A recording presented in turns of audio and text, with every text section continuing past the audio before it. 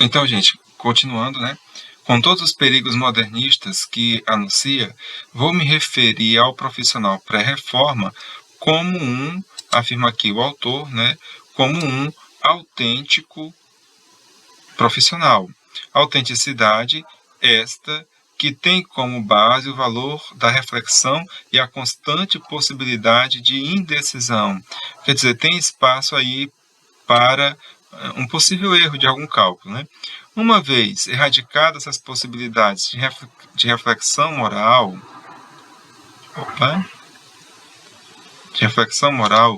de diálogo, então o profissionalismo é, de fato, erradicado, né, como eu havia explicado há pouco.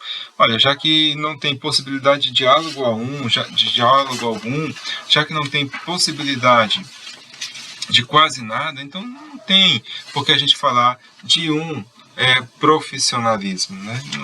É uma consideração errada da nossa parte, né? Então o autor continua explicando, esse primeiro parágrafo é bom que nós leiamos todo, diz o seguinte depois, né? Quero prosseguir argumentando que essa erradicação provém dos efeitos combinados das tecnologias de performatividade e de gerencialismo, que são os dois conceitos que eu quero trabalhar com vocês nesse texto, que representam perfeita e assustadoramente a busca modernista ou contemporânea por ordem, transparência e classificação, uma consciência incitada e mobilizada pela premonição de inadequabilidade, né?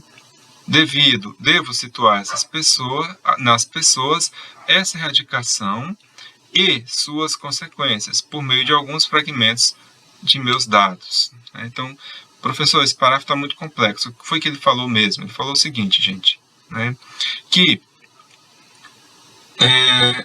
esse novo conceito de profissionalismo, ele nasceu de uma combinação de duas tecnologias que eles chamam, né, mas de duas ideias, na verdade, que é essa ideia aqui, a primeira da performatividade ou da performance, quer dizer, o seu desempenho, e o do gerencialismo, o modo como as coisas são geridas, né, que são administradas. Então, quando você junta performance e boa administração, né, essa mentalidade econômica, de mercado, etc. e tal, você acaba erradicando o profissionalismo, propriamente dito, né?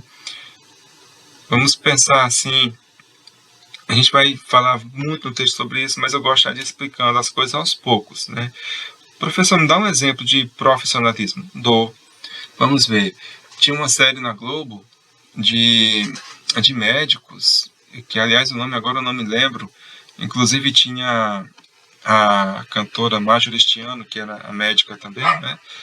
E ali eram super profissionais, no sentido assim, que eles tinham margem para indecisão, eles tinham margem para erro, margem muito pouca, porque o médico basicamente não pode errar, mas tem, né? O erro médico acontece, tem a tomada de decisão, tem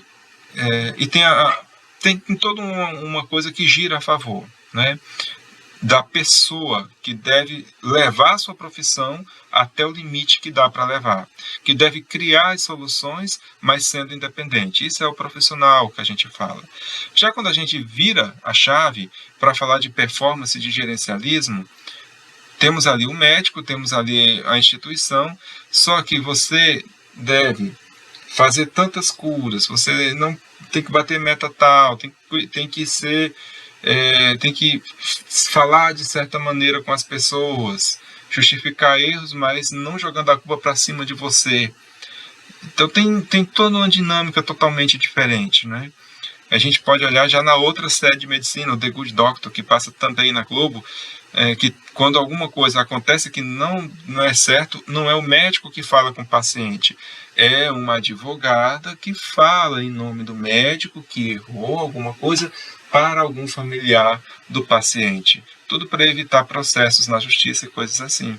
Então aí nós temos um exemplo do que é e do que não é ser, digamos assim, um profissional propriamente dito, né? Pelo menos no sentido que o texto aqui busca. Só que nós vamos entrar no nosso campo, daqui a pouco, que é exatamente o campo da educação, né? Bem, agora nós podemos vir bem para cá, ó, onde fala aqui, ó, portanto, se quisermos ser capazes de falar sobre profissionalismo, precisamos ter certeza do significado que damos ao termo. Evidentemente, parte da ressignificação de profissionalismo nos textos gerenciais baseia-se na esperança de que não vamos perceber que o significado e a forma como é praticado são diferentes daquilo que significava e da forma como era praticado antes. Ou seja, né, vamos falar de profissionalismo? Vamos. Mas vamos agora dizer o que é que a gente tem que entender por profissionalismo. Não é aquilo que até agora eu expliquei para vocês, não é mais isso. Nós não somos mais esse tipo de profissional que faz a sua função até os limites, né, num espaço de criação que é todo seu. Há forças externas sobre a nossa atividade docente. Quando vocês se formarem e forem trabalhar, por exemplo, em creches particulares, se for assim um objetivo de vocês, ou um deles, né, vocês vão perceber isso na pele. Essas coisas realmente chegam, né? Então, agora que a gente já sabe o que é esse profissionalismo, a gente agora vai começar a destrinchar melhor esse texto. E o autor, ele começa enfatizando mais ainda essa diferenciação que ele está fazendo. Os principais pontos dessa diferença, afirma ele, ou pelo menos, dois deles são, primeiro, esses profissionalismos se reduzem, em última instância, a obedecer a regras geradas de forma exógena, de forma exterior, né, que vem de fora. Exógeno significa, deixa eu dar uma olhadinha aqui, porque eu não anotei. Isso, exatamente o que eu falei mesmo, que vem de fora. Então, o que é ser profissional, digamos assim, agora, na mentalidade financeira que invadiu todos os espaços da nossa vida? Obedecer a regras geradas de formas externas. E, segundo eles, relegam o profissionalismo a uma forma de desempenho ou de performance, como vocês podem ver aqui, né? Aqui está escrito, vamos marcar aqui e marcar aqui também, ó. Marcar aqui e aqui, tá bom?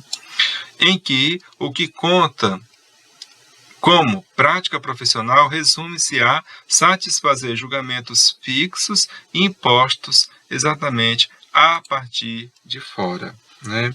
Bem,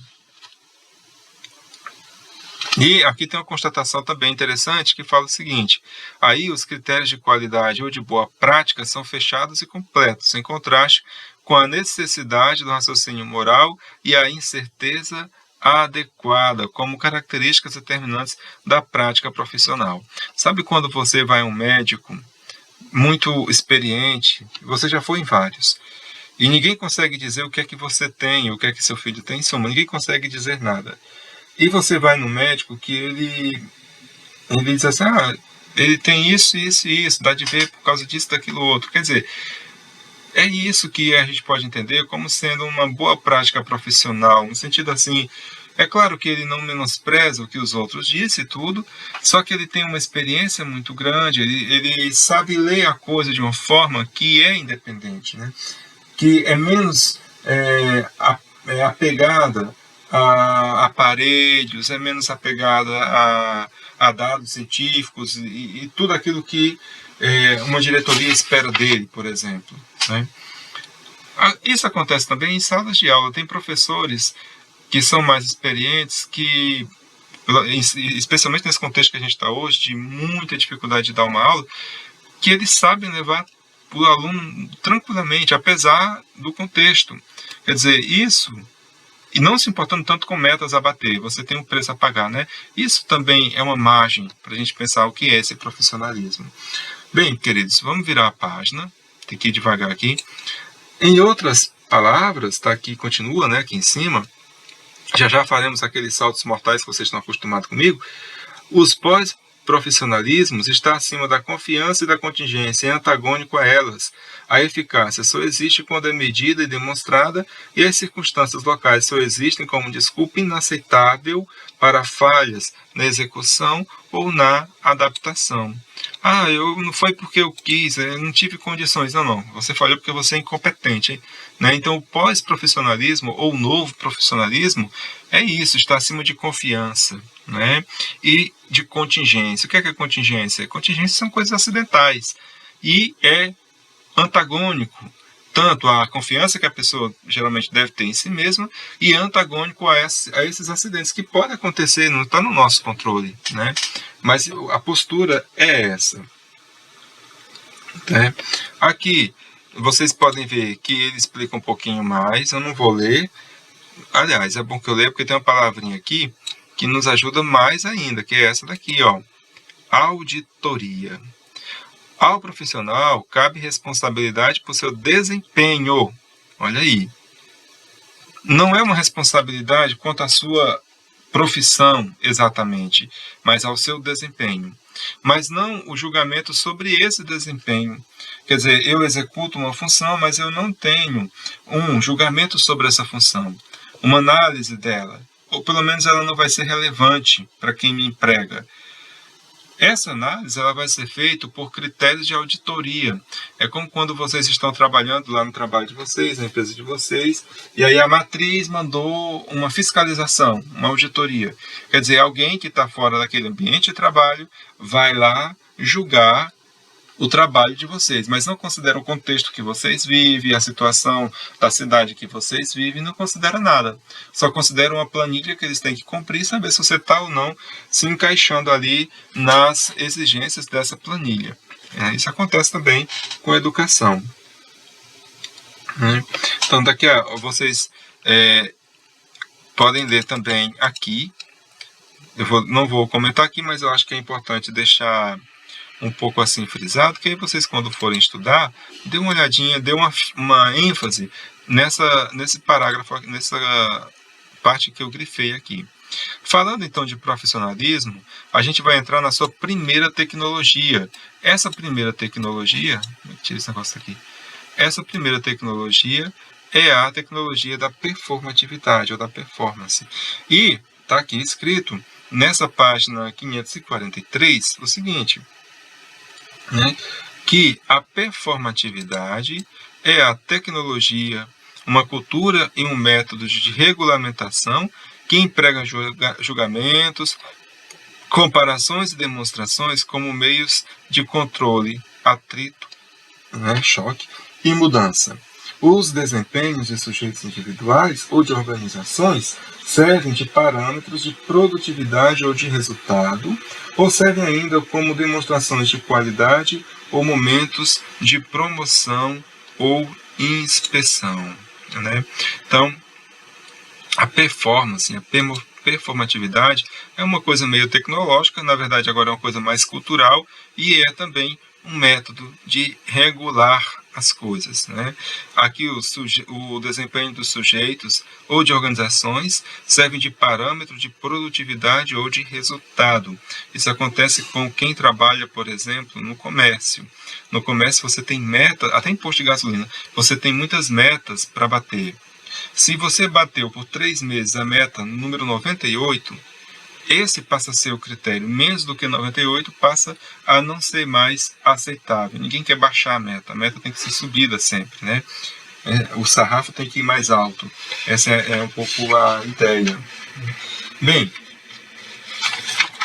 nós podemos analisar o seguinte. Vamos descer aqui a próxima página.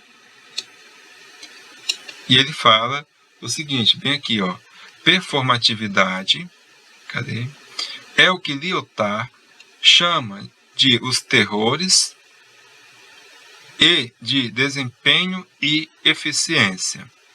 Chama de leveza e de pesadelo, né? Aqui traduzido como terrores, de desempenho e eficiência.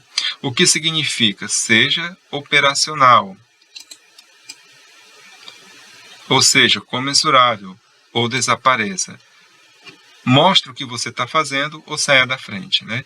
Isso decorre, em boa parte, da inclinação natural da prática moderna, a intolerância. Nós somos intolerantes, nós somos de uma cultura que nós queremos ver acontecer a coisa agora. Né? Para Lyotard, A performatividade compreende os aspectos funcional e instrumental da modernidade, bem como a exteriorização do conhecimento e sua transformação em mercadoria. Exatamente essa última parte aqui interessa muito também, né? Nós temos, o nosso conhecimento, ele não está agora sendo considerado como uma coisa que nos transforma interiormente. Isso talvez seja um acidente, mas para a mentalidade do trabalho não é nem necessário. O conhecimento ele tem que se transformar nisso daqui, ó, em mercadoria. Né? Isso é o que está acontecendo até no ambiente de sala de aula.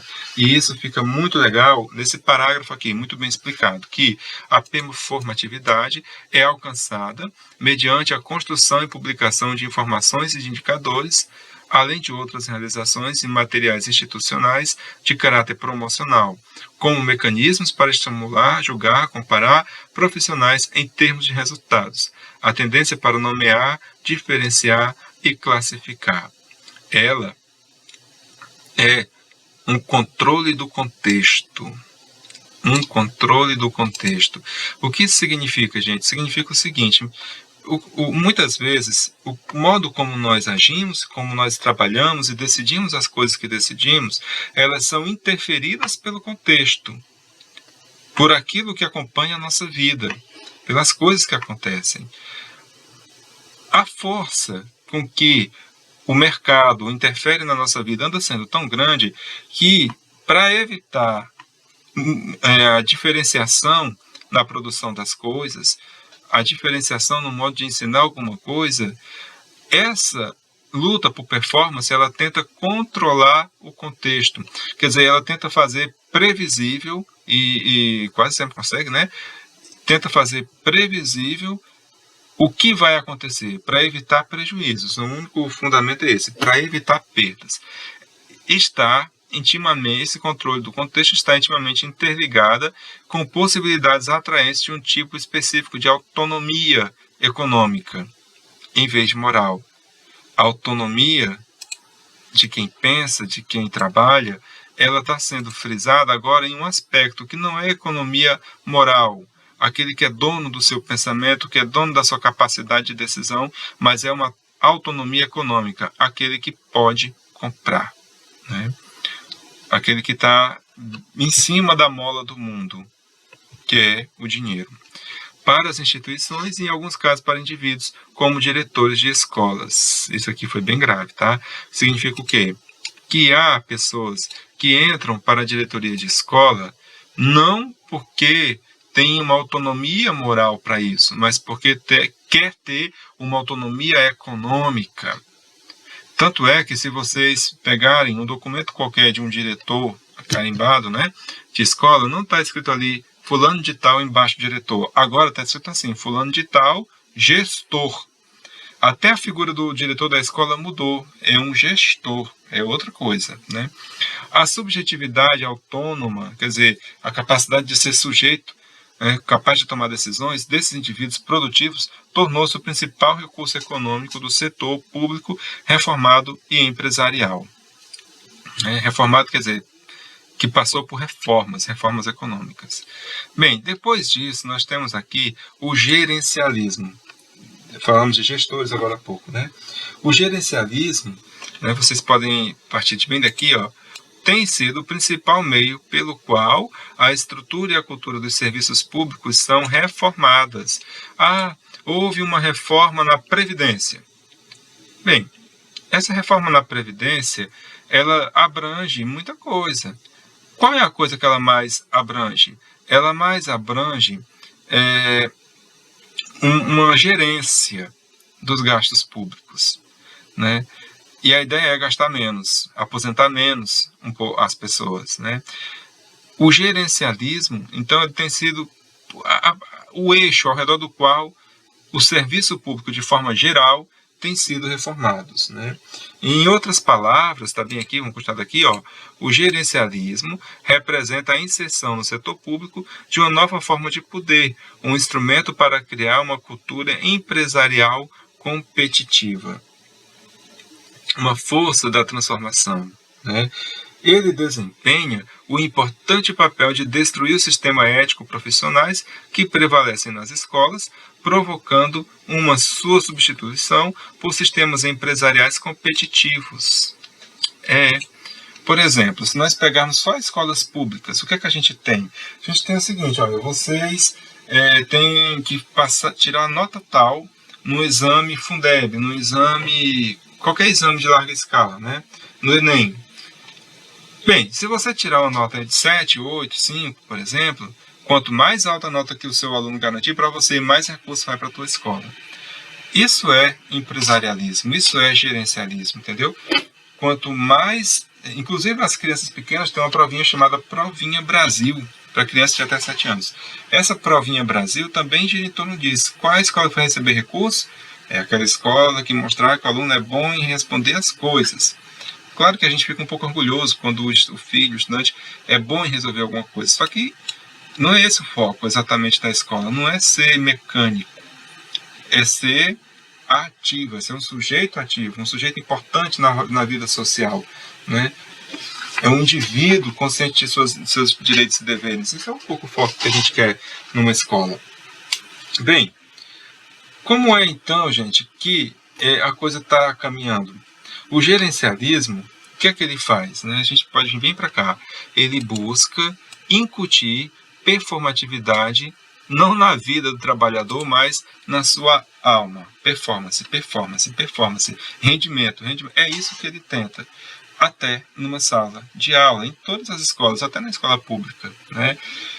Claro que tem ambientes que isso demora muito a pegar, mas os governos trabalham muito para isso, né? E eles estão conseguindo, né? A gente não tem como escapar disso, mas nós temos que saber que isso está acontecendo para a gente ter formas de suportar esse tipo de coisa. Temos mais um tópico aqui, que é esse tópico aqui da reforma das relações e das subjetividades. Né? É um tópico muito interessante. Nós podemos descer um pouquinho o texto e vamos para um parágrafo que está na outra página, essa aqui, que fala o seguinte. Opa, passei demais, quer ver? Isso. Significativamente, as tecnologias da política da reforma do setor público não são meros veículos para as mudanças técnica e estrutural das organizações, mas são também mecanismos para reformar os profissionais do setor público, como professores, ao mudar o significado do que é ser professor. Isto é, a formação e a reformação de capacidades atribuídas ao eu do professor. A reforma não muda apenas o que fazemos, ela também procura mudar aquilo que somos, aquilo que poderíamos vir a ser, nossa identidade social. Por isso que a gente fala, se vocês olharem, o pessoal não fala muito o professor agora é o educador. Tem ambientes que também não falam nem o educador nem o professor, falam o mediador. Professor, mas são palavras mais interessantes, elas têm um significado profundo. Sim, pode ser que tenha, mas no contexto que é usado não tem um significado tão profundo não. É um esvaziamento da profissão, né? Assim, meu foco principal aqui não são estruturas práticas, afirma o autor, mas reforma de relações e subjetividade. Quer dizer, o que é uma reforma da subjetividade? Uma reforma daquilo que você é, daquilo que você se entende como gente que tem uma profissão. E as formas de uma nova disciplina reinventada que surge a partir disso. Em cada tecnologia da política da reforma estão inseridos e determinados novos valores, novas identidades e novas formas de interação. Quer dizer, querem dar para a gente uma nova identidade, uma nova forma de existir, né? Uma nova forma de ser.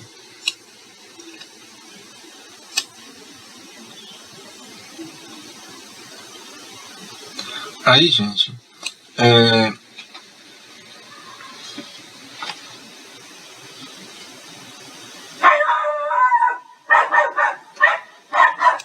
acentuando o que eu já havia comentado um pouquinho com vocês, nós podemos observar isso aqui, ó.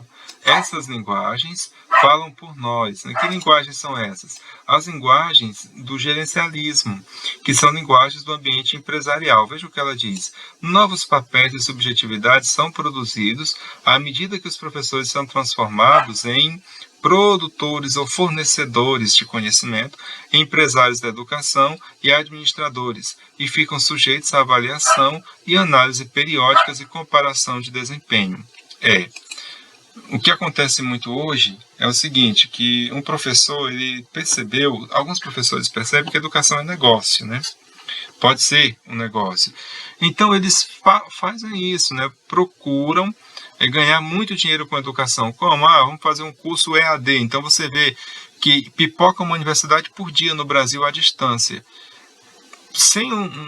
Não é que eu seja contra a universidade à distância, depende do plano que ela tem, da forma como ela aborda, né, do projeto pedagógico que eles têm. Só que agora isso explodiu tanto que o nosso país, por exemplo, ele está se furtando a investir em educação pública superior e até ensino médio já, para apostar em educação à distância. Quem geralmente está à frente disso? Quem geralmente está à frente disso não são nem os professores, são pessoas que não têm nada a ver com a educação, mas que se tornam empresários da educação e administradores. Então, veja bem, uma pessoa que nunca cursou uma faculdade de educação pode muito bem, né, dar regras para um professor como ele tem que trabalhar. Ou então os próprios professores que acabam abrindo uma faculdade à distância, alguma coisa assim, né? Repito, não é que eu seja contra, mas é que o empresariado viu isso e tomou conta. Os bancos viram isso e abriram essa possibilidade. Tudo tem um preço a pagar, né? E o preço ele pode ser bem alto se a gente não tomar cuidado com essas decisões aí. Bem, podemos ainda acentuar, né, mais algum aspecto aqui. 547, cadê ela? Isso, né? A possibilidade, o que acontece é que conosco, quando a gente entra nessa mentalidade de performatividade, digamos assim, de gerencialismo e tudo mais, a possibilidade de passarmos, de sofrermos uma lavagem um pouco cerebral, ou termos aí potencializado o nosso natural egoísmo. Há a possibilidade de um eu triunfante, né? Quando alguém é o cara, quando alguém bate metas, quando alguém é a referência, né? O que acontece? Ele se torna um eu triunfante. Ele é aquele que nós devemos olhar, né? Uma espécie aí de messias da profissão. Bem, só que isso, na verdade, não é revelação de coisa boa exatamente, né? Isso é apenas uma estatística. Isso é apenas uma estatística.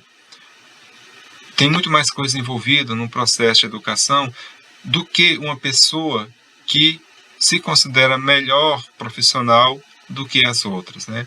Aprendemos que podemos ser mais do que éramos, né? Está escrito aqui.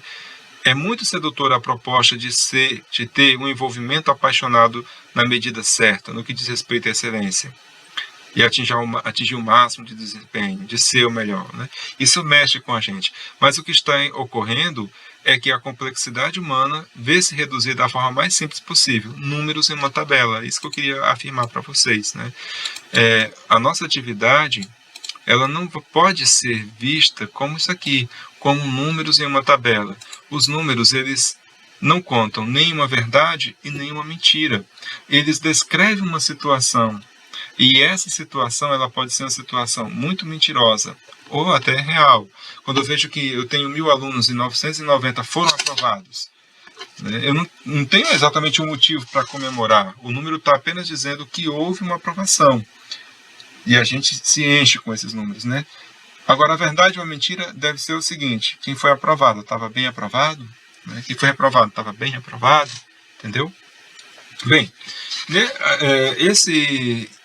essa folha toda, vocês, claro, que vão ler, mas a gente pode pular um pouco, porque eu quero acentuar com vocês mais algumas coisas que estão aqui na página 548, né?